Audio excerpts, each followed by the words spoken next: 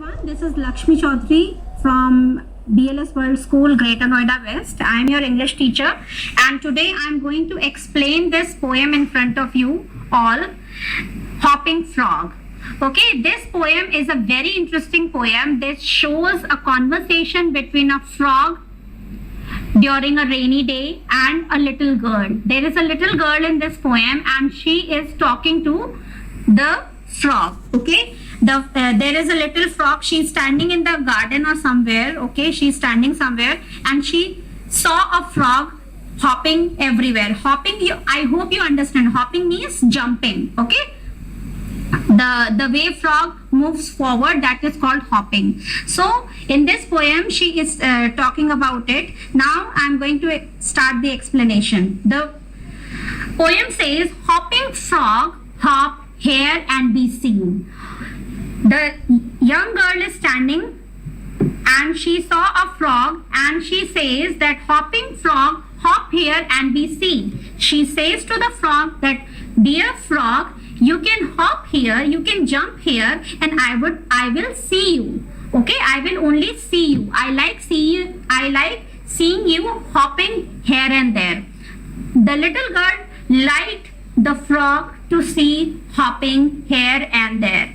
Again she says, I'll not pelt you with stick or stones. So this little girl is talking to the frog and she is saying, dear frog, you can hop here freely and don't worry, I'll not beat you, I will not throw stick on you, or I will not throw stones on you. Okay, you are free, I will not harm you. Now the girl looks at the head of the frog and she finds it so beautiful. So she gives a compliment to the frog. Okay, she starts praising to the frog and she says, your cap is laced. So this is young girl and usko ye lagta hai that the frog is also wearing clothes.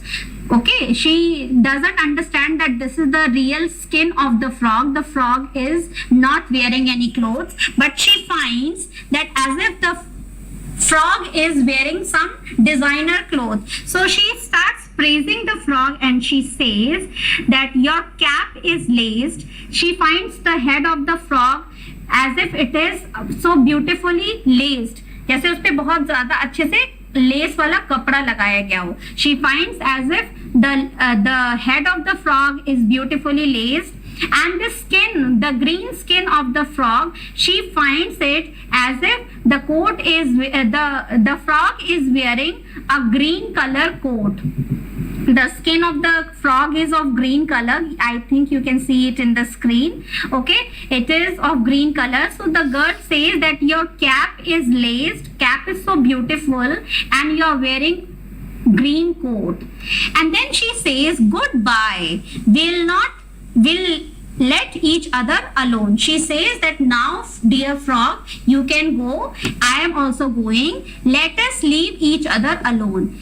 Now it is time to leave each other alone. You also go your way, I am also going my way. Then another scene comes where plodding toad plod here and be bogged. Plodding toad plod here and be bogged. Children, you can see the meaning of plodding. Plodding is walking with heavy steps. You can see this. This toad. Okay, this frog. He is so heavy. See, he is so fat.